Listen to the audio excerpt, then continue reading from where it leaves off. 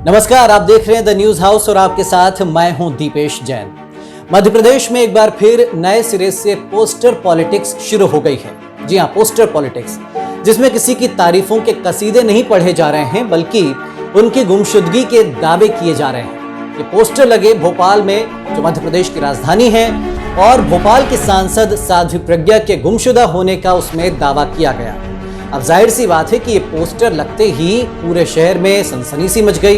BJP समर्थक बड़ी संख्या में इकट्ठा हो गए और नाराज भी हुए। हालांकि इस पोस्टर में क्या लिखा था ये भी हम आपको बताएंगे, और उसके बाद साध्वी प्रज्ञा आखिर इस वक्त वाकई कहां पर हैं ये भी आपको बताएंगे। लेकिन पहले आपको ये बताते हैं कि आज हुआ क्या। दरअसल अल सुबह ये पता चला कि भोपाल के कुछ इलाकों में सांसद साध्वी प्रज्ञा के गुमशुदा होने के पोस्टर हैं। इन पोस्टरों में यह लिखा गया है कि कोरोना संकट में इस वक्त भोपाल की सांसद साध्वी प्रज्ञा लापता हैं और उन्हें क्षेत्र की जनता से कोई सरोकार नहीं है। जाहिर सी बात है कि इस तरह के आरोप लगने से साध्वी प्रज्ञा की छवि को काफी ठेस पहुंचती। ऐसे में द न्यूज हाउस ने इस बात की पड़ताल शुरू की कि आखिर वाकई साध्वी प्रज्ञा है कहां पर। जब हमने उनके प्रतिनिधियों से बात की तो पता चला कि सांसद साध्वी प्रज्ञा इस वक्त दिल्ली में मौजूद हैं। क्यों मौजूद हैं? दरअसल सांसद साध्वी प्रज्ञा की आंखों में इन्फेक्शन हुआ था और वे एम्स हॉस्पिटल में भर्ती थीं, जहां पर डॉक्टरों ने यह खतरा जताया था कि उनकी आंखों में जो पस पड़ गई है वो ब्रेन यानी दिमाग तक जा सकती है। ऐसे में उनका फौरन इलाज शुरू किया गया और इलाज के बाद अब वो स्वस्थ हैं, लेकिन दिल्ली में ही हैं। जाहिर सी बात है कि इस तरह की राजनीति मध्य प्रदेश में शुरू हुई कि बिना सच्चाई का पता लगाए उनकी गुमशुदगी के पोस्टर लगाए जा रहे हैं। अब सवाल यहाँ पर उठता है कि क्या मध्य प्रदेश में इस तरह की राजनीति को स्वीकार किया जा सकता है?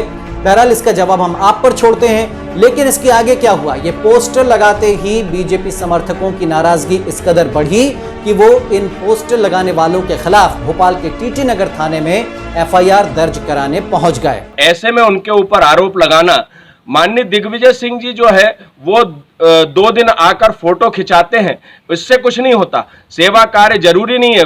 कौन से भोपाल के, मुझे बताइए, कांग्रेस के कौन से जनप्रतिनिधि हैं जो रोड पर आकर काम कर रहे हैं? अपने बंगलों से, अपने घरों से थोड़ा थोड़ा सा सामग्री वितरण करके ढेरों लोगों की भीड़ बढ़ा रहे हैं और लॉगिंग डिस्टेंस का पालन भी नहीं कर रहे हैं। इस प्रकार सांसद के ऊपर आरोप लगाना मैं कहीं से उचित नहीं समझता।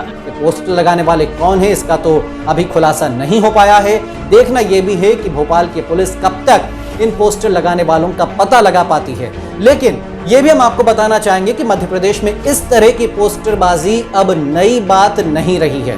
इसके पहले पूर्व सीएम कमलनाथ, छिंदवाड़ा के सांसद नकुलनाथ और बीजेपी के वरिष्ठ नेता ज्योतिरादित्य सिंधिया के भी पोस्टर इसी तरह से लग चुके हैं और क्षेत्र की जनता में ये बात प्रचारित करने की कोशिश की गई कि आपके ये जो बड़े नेता हैं वो गुमशुदा हैं, लापता हैं। जाहिर सी बात है कि इन पोस्टरों को लेकर पहले भी खूब सियासत हुई और अब एक बार फिर सांसद साध्वी प्रज्ञा के इस तरह के पोस्टर लगने से सियासत यहाँ भी चरम पर पहुंचेगी।